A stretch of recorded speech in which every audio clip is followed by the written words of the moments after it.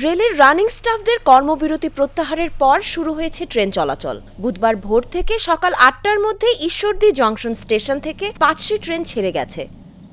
আপনারা জানেন গতকাল থেকে বাংলাদেশ রেলওয়ের রানিং স্টাফরা কর্মবিরতিতে ডাক দিয়েছিল। সেই ক্ষেত্রে গতকাল আমাদের দূরপাল্লা স্বল্পপাল্লা ট্রেনগুলো ছাড়তে পারি নাই। আজ রাত 3:30টার পরে আমাদের কন্ট্রোল জানিয়েছে যে সব গাড়িগুলোই চলাচল করবে, তাদের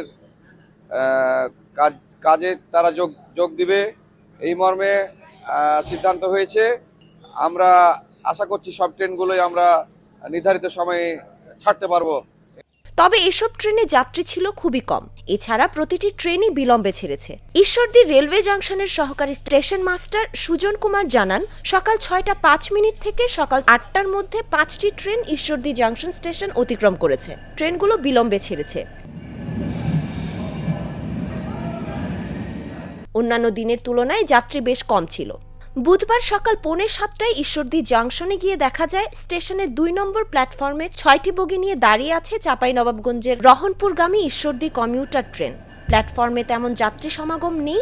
ট্রেনের বগিতে উঠে দেখা যায় অধিকাংশ সিট খালি। রাজশাহীগামী যাত্রী আঞ্জুমান আক্তার জানান, ভোরে ফেসবুকে দেখি কর্মবিরতি প্রত্যাহার হয়েছে, তাই তাড়াহুড়ো করে দ্রুত স্টেশনে চলে এসেছি।